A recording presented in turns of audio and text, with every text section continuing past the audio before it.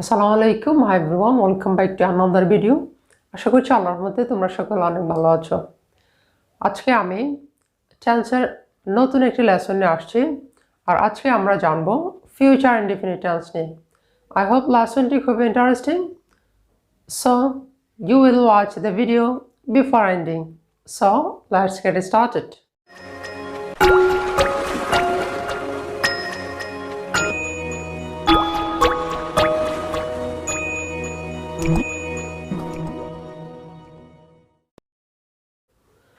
আজকে আমরা শিখব ফিউচার ইনডেফিনিট নিয়ে। ওকে, দেখো আমি এখানে লিখছি ফিউচার ইনডেফিনিট।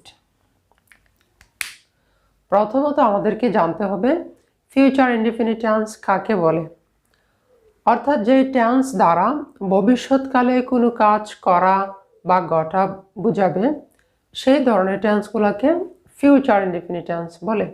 আর ফিউচার ইনডেফিনিট টেন্সের স্ট্রাকচারটি হচ্ছে, আমি এখানে লিখছি, দেখো তোমরা, সাবজেক্ট প্লাস শ্যাল অথবা উইল প্লাস V1। অর্থাৎ ফিউচার ইনডেফিনিট টেন্সের কোনো সেন্টেন্স যদি আমরা গঠন করি তখন আমরা এই স্ট্রাকচারটি ফলো করব। আর স্ট্রাকচারটি হচ্ছে সাবজেক্ট প্লাস শ্যাল অথবা উইল প্লাস V1। V1 হচ্ছে ভার্বের প্রেজেন্ট ফর্ম। তাহলে আমরা বাংলাতে একটি সেন্টেন্স লিখি, দেখো, আমি কাজ করব। আর ফিউচার ইনডেফিনিট টেন্স অর্থাৎ ফিউচার টেন্স আর একটু ইজিলি মনে রাখার জন্য তোমরা এই টিপসটি ফলো করতে পারো। সেটি হচ্ছে ফিউচার ইনডেফিনিট টেন্স যখন বোঝাবে তখন ভার্বের শেষে ব থাকবে। অর্থাৎ বাংলা ক্রিয়াপদে প্রত্যেকটা ভার্বের শেষে কি থাকবে? ব থাকবে।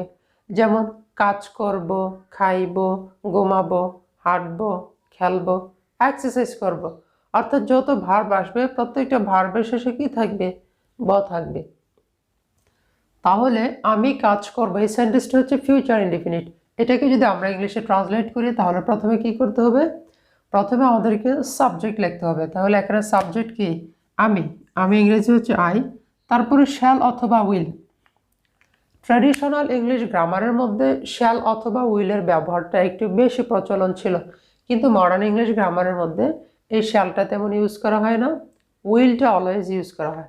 তাহলে আমরা যদি ফিউচার ইনডেফিনিট টেন্সের স্ট্রাকচারটা মেমোরাইজ করি তখন আমরা সাবজেক্ট প্লাস শ্যাল অথবা উইল প্লাস ভার্ব ওয়ান এভাবে মেমোরাইজ করব। কিন্তু যখন আমরা সেন্টেন্স মেকিং করব তখন আমরা শুধুমাত্র উইল দ্বারা মেকিং করব।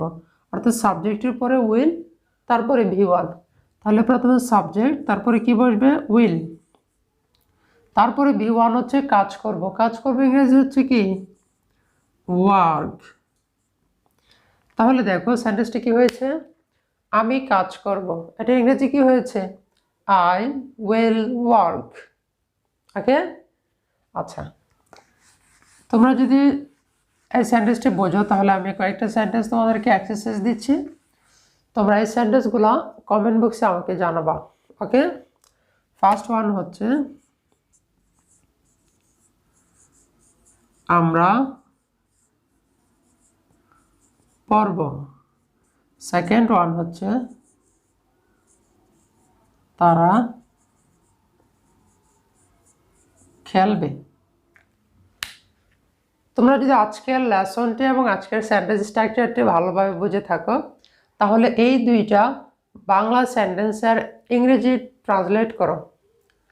এই দুইটা বাংলা সেন্টেন্স ইংরেজি কি হবে তোমরা কমেন্ট বক্সে গিয়ে কমেন্ট করে আমাকে জানিয়ে দাও। Thanks for watching the video. See you again with a new video.